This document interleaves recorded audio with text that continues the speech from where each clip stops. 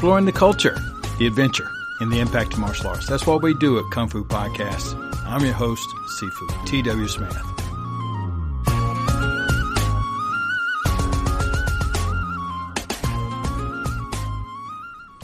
Hello, hello. Thank you so much for joining me in episode 109. And if it's your first time here, welcome. I hope that you'll find that this program is informative. I try to even keep it a little bit, funny from time to time. Not always so, but that is an effort to try to be educational and the process of me learning something is actually sometimes entertaining. I just finished day 10 of the 11-day meditational challenge, a live meditational program that I put together on Facebook. It's free, put it on each quarter to try to help folks either resurrect a meditational program or create one. It's one of these things that I found that the meditational components of my martial arts practice was extraordinarily important. And as my Sifu would often say, your techniques are bricks. Your mind is the mortar. You make sure that you have good mortar, because without it, they're just empty bricks. So part of my effort is to try to encourage folks to do their meditation, whether it's with me, on their own. It's really hard to do on your own in the beginning, but to really encourage folks to get out there and do some work that's well beyond just the physical, because some of the hardest work you're ever going to do in your life is inside your skin.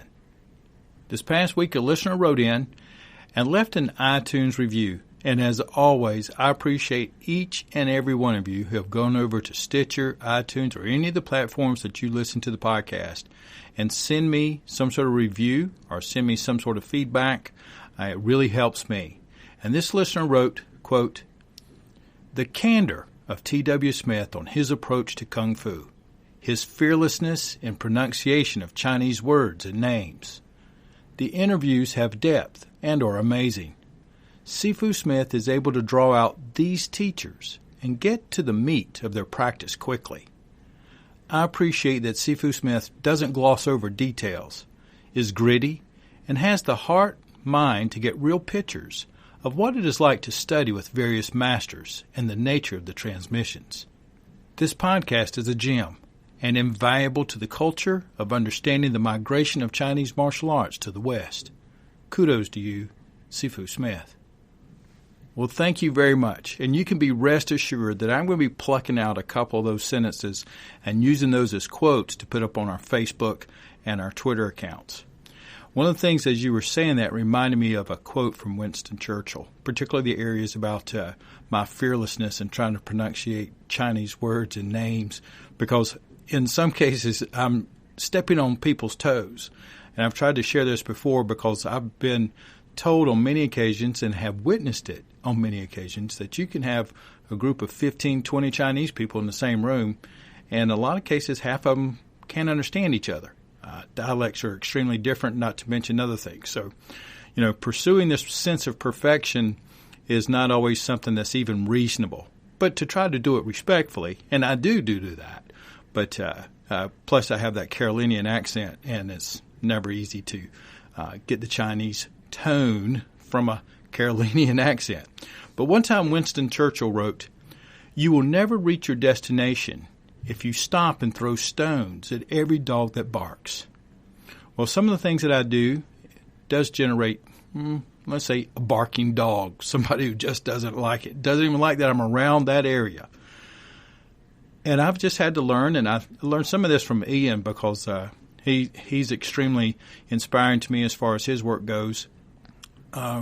If you're doing things in your life and you're not stepping on a few toes, or if you're not causing some dogs to bark around you, you're not going anywhere and you're not doing anything. Because the only way you're going to make a difference in your life is if you keep moving. And in some cases, you're going to go places that other people just don't like it. And that's okay. I'm not here to try to always make sure that, I kissy and make up the way so that I don't step on any toes. And there's several of the podcasts that will definitely represent that. But on the other side, too, it's not to purposely go around and try to, shake the bottles and disrupt things unnecessarily. In regards to getting to folks and share things about the meat of their practice, I think a lot of times that's just because of my personal experience about what real practice is. It's not very, it's not very complicated. The heart of your practice starts with why are you practicing? And then you go into, what started you on that path? What were you hoping to find when you started that path? And one of the things that happens a lot with me, continues to happen with a lot of my students, is you started with an idea, you started down a path. How has that changed throughout time? What did you do well? Where did you suck? What were some of the challenges? Who supported you? Who didn't? What did you learn along the way? Because there's a difference in between learning things along the way and then learning how did you learn those things. That is an extremely important skill. I have also been very fortunate to meet some authentic folks along the way. I think of Ando Merzwa, I mentioned Iain Abernethy, Dr. Paul Bowman, Dr. Ben Junkins, Andrea Harkins. These are all some fine folks who practice in the martial arts and are sincere and authentic in their work. They take their craft seriously, and they try to share the things that they know and do well and not do well very honestly and openly. And it's always wonderful for me to be around and listen to those types of people. One of the things that resonates with me, and it does again this morning, is that you're going to find when you're training in martial arts, you're going to learn it is mostly about being consistent in your work, being determined, respecting others, and expecting the same. Before we get into the meat of 109, let's have a quick review of 108, and I would encourage you to go back to listen to that because it sets the tone for what we're getting ready to go through now. But the highlights in 108 as a reminder, we introduced Iain Abernethy's thoughts on headbutting, and you can find that go into his website at kungfupodcast.com/Iain. One of the things that Iain brought into that was headbutting as an effective technique as it was referenced in karate texts. And another thing he referenced in his initial paragraphs was that headbutting is considered a very violent act. Then we introduced Dr. Magda Osman from the University of London, the Biological and Experimental Psychology Department. She has a study titled, How Many Slaps Equal One Punch? New Approaches to Assessing the Relative Severity of Violent Acts. And then also in that podcast, we looked at how it's actually 4 studies in one. Then we began outlining this 3D approach that we're going to be looking at violent acts. We had 3 ranking tasks, 1 direct ranking, and then 2 indirect ranking tasks. We're also going to be looking at the cultural differences, age difference, and gender differences. These multiple nationalities and these different subsets of populations can have different perspectives of what a violent act is ranked as. And Dr. Osman is going to show us the results of these studies. But her most important question that drove her research is, can a layman, a person like you and me, someone who's out there working a job, reliably rank acts of violence? Well, all that leads us to this episode, where we're going to get into the details of Dr. Osman's research descriptions. You're going to hear about some concerns of how the severity of a violent act is different than the violent act itself.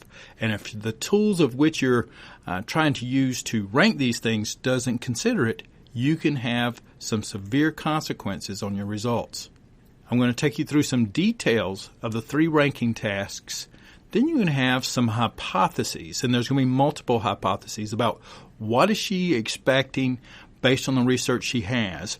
What is she expecting for her studies to show her? For example, the ability of a layman to rank violence in 3 dimensions. Or are the direct rankings of violent acts going to be consistent across cultures and genders and ages? You're going to begin hearing about aggregation problems and distortions that occur when you only consider the severity of a violent act rather than just the violent act itself. The reliability of research and why it is so crucial into doing any sort of consistent work. And there's going to be a few more things along the way. Before we get to it, I want to let you know that several updates have been happening over at the kungfupodcast.com website. For example, when you register now for the newsletter and you become a subscriber, that is where I'll be able to put the new downloads for you, and you'll be able to go right there to the site once you log in. Some of the things, and they're just coming along. I put some in there yesterday, but everything for this particular podcast, for example, so that when you go in and you log in, you'll be able to download Dr. Osmond's 14-page study or the outline of podcasts 108, 109, 110 that walks you through the highlights and some of the results of these 3 podcasts all in one PDF file, so you'll have it for a quick reference. There's also going to be some featured items for 2017 put in there for those of you who have contributed to the program. I hope that each one of you find value in this program, and if you'd like to support the program, you can go to kungfupodcast.com/support, and there's many different ways I've outlined that you could help me keep this program rolling. If nothing else, take a few moments, share your thoughts with me on a review, like the listener in the very beginning of the program did, or tell a friend. I appreciate everything that you do to help me make this program grow and to keep getting better. So now, let's get ourselves ready and listen to the details of Dr. Magda Osmond's description of her research study, How Many Slaps Equal One Punch?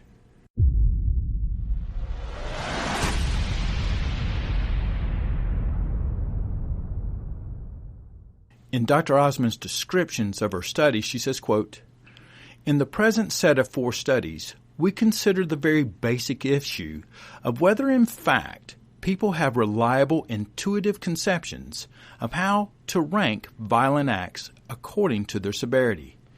In the main part of the study, we are concerned with the severity of violence of the acts themselves, for example, a punch, without reference to the consequences of the act. If, in fact, people show that their judgments of severity on a variety of measurement tools are similar, as well as intraconsistency across samples irrespective of age, gender, and culture, then this would provide compelling evidence that could help pave the way for further empirical assessment of scales that are used to quantify violence that use rank orderings, and from which weightings can be developed so that the aggregation of reports of violence are more plausible and convincing." So she's going to go out to the general public, and she's going to see what the general public's opinion is across age, culture, and gender. But one of the things that she just pointed out to is this paving the way for further empirical assessment of scales that are used to quantify violence that use rank orderings. Well, think back to Ian's reference to the assault guidelines of 2011 for the UK, where headbutting was put in the same rank as throwing acid on someone or setting a dog to them. So Dr. Osmond, she continues by saying the aim of the 4 studies in this paper is to examine the extent to which their judgments are similar regarding the ordering of violent acts according to levels of severity in a range of participant populations, and across 3 types of different tasks: the ranking task, the trade-off task, and the compensation task. Now, the ranking task is similar to what Ian alluded to in the beginning, that headbutting was directly as violent as throwing acid on someone. The ranking task provides a direct assessment of the ordering of violent acts according to the levels of severity, and the other 2 tasks are indirect measurements of the ranking ordering of the violent act. And let me emphasize that she said indirect measures, because this is where the idea of a 3-dimensional look at violence came from. Let me put it to you as a martial artist like this. What if I directly told you your kata and form is important, but then I never actually observed or graded your performance in your katas or forms? Well, what did I indirectly tell you? So being aware that you're going to have direct and indirect observations, and Dr. Osmond says that the first indirect measure is the trade-off task, in which people are required to trade off one violent act against another. For example, how many slaps would need to be performed to be equivalent to one punch? And then there was the other indirect view called the compensation task, where, quote, indicated the financial compensation they would expect to receive after experiencing a violent act.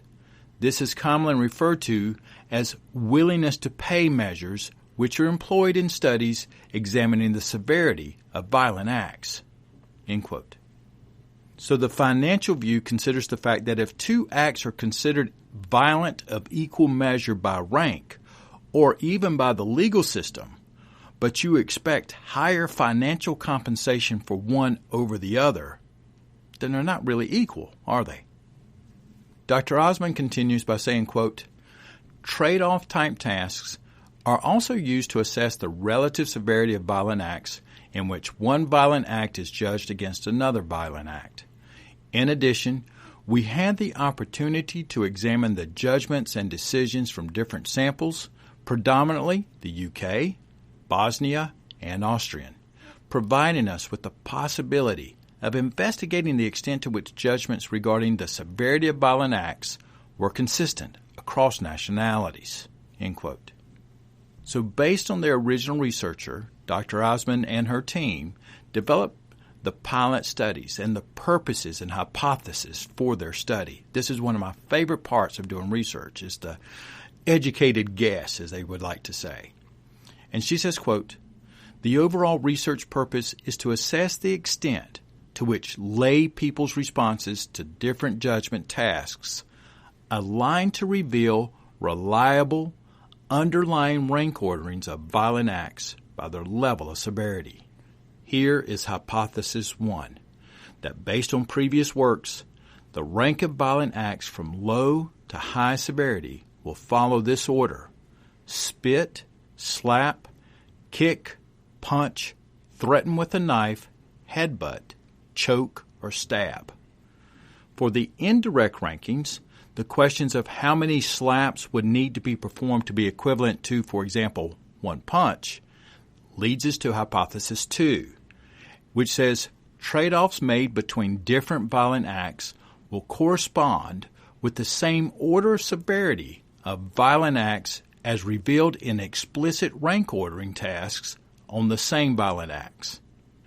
And then lastly, hypothesis 3, the compensation amounts requested for experiencing the different violent acts will correspond with the same order of severity of violent acts as revealed in explicit rank ordering tasks on the same violent acts. End of the 3 hypotheses.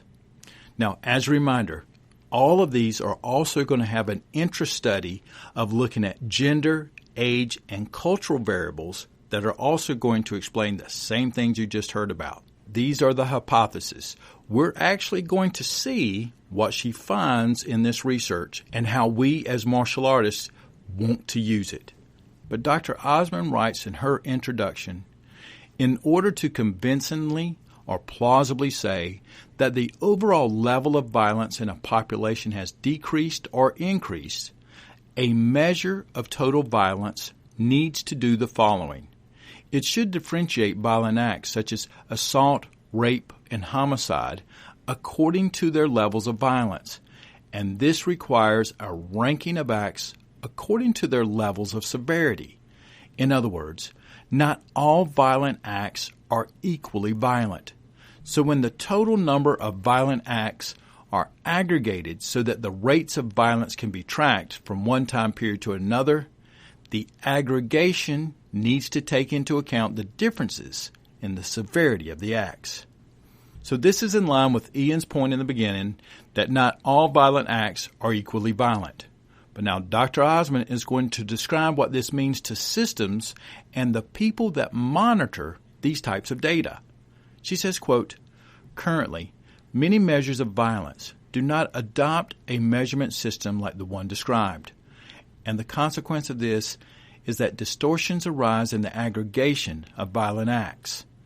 The aim of this study is to examine whether indeed it is psychologically plausible for people to rank violent acts according to their severity that suggests internal consistency in their judgments and their decisions. What we mean by internal consistency here is that judgments regarding the severity of violent acts are complementary across a range of different measurement tools that probe for severity of violent acts in different ways.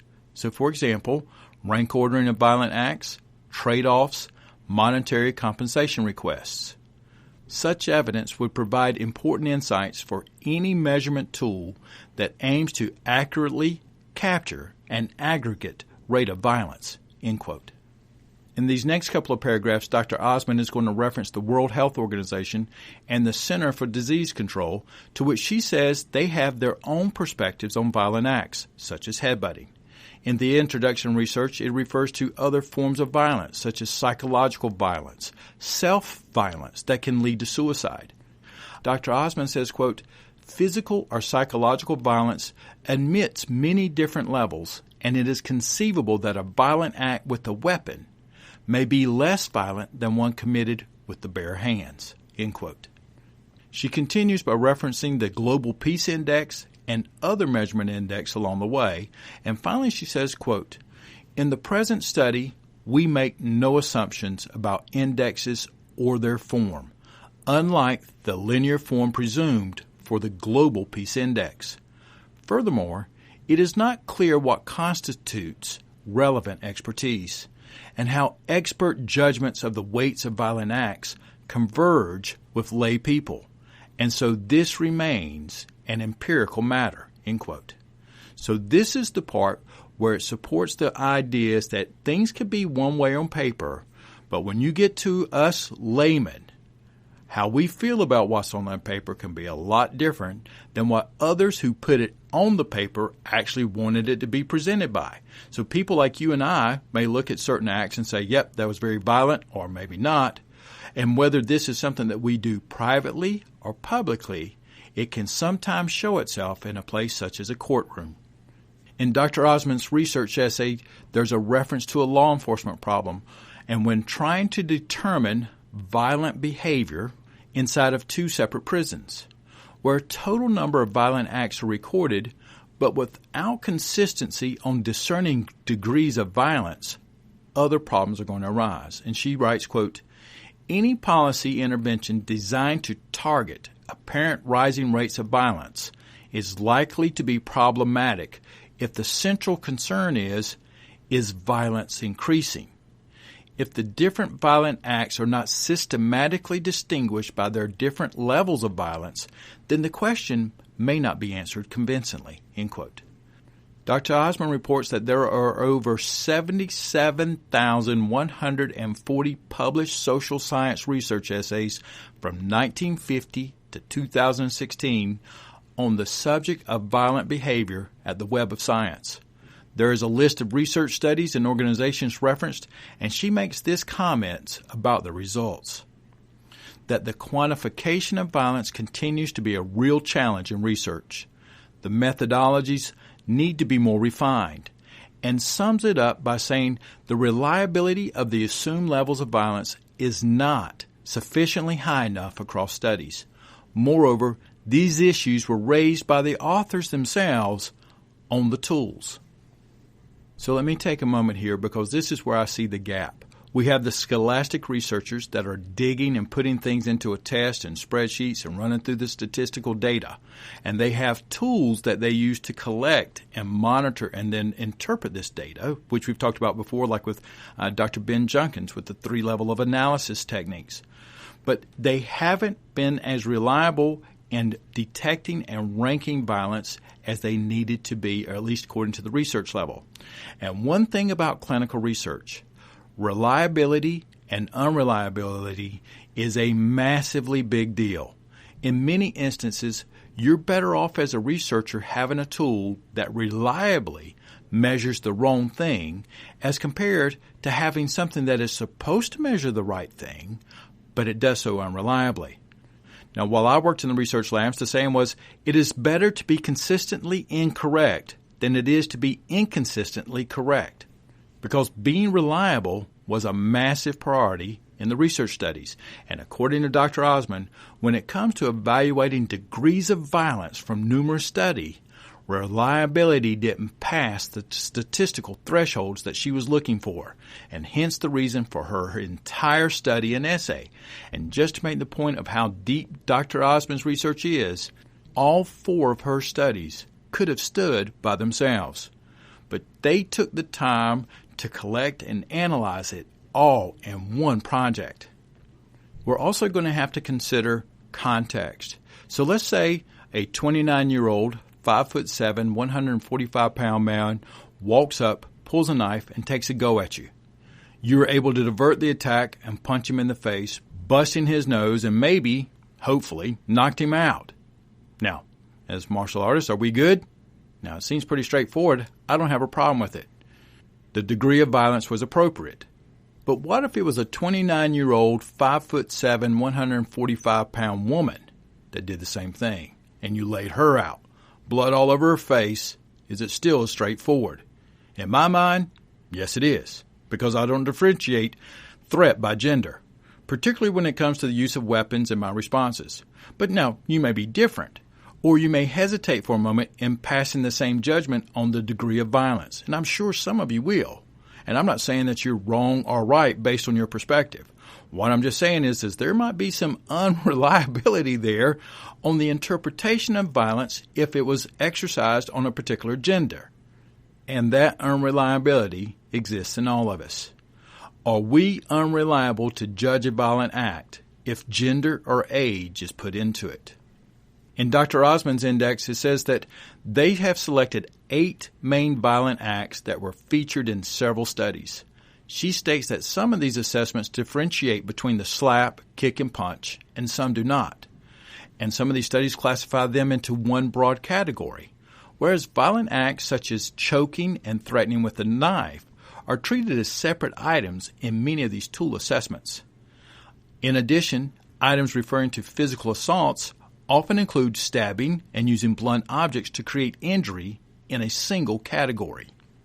Now, we've shared her research purposes and her hypothesis, but then she does a pilot study, which is kind of like a screenplay or a pilot episode. And it's basically asking the question, is this worth pursuing?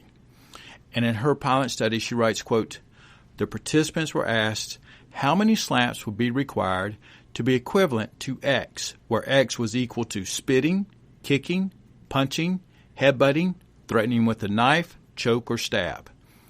And the participants were required to give a response for each trade-off, with the lowest value being 1, and the participants had to perform 7 of these trade-offs. So basically, how many slaps equals 1 spit, or how many slaps equals 1 headbutt.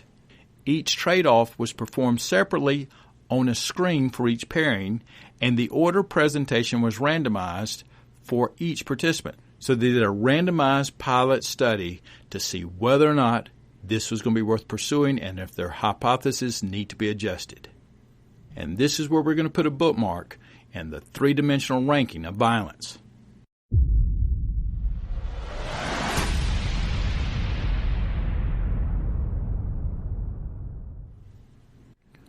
Well, I hope you enjoyed episode 109, where we looked at some of the details of the direct rankings of Dr. Osmond's research. We started getting some real hints. Can a layman actually have the ability to rank violence? Some of the aggregation problems and distortions that can begin to occur if we look solely at the severity accountability of an act. While the reliability of research is absolutely crucial, and more the details about the 8 violent acts that she uses in this research study. In episode 110, I'll be taking you through all the results of this study, including the direct rankings, the indirect rankings, some of the cultural differences, and other things that she found during this very thorough research program. In the next episode, I'm also going to take you through a tool similar to the one that Dr. Osmond was referring to earlier that looks at primarily the consequences of the violent act. You're also going to have some real-world examples of violence that is pivoting around headbutts.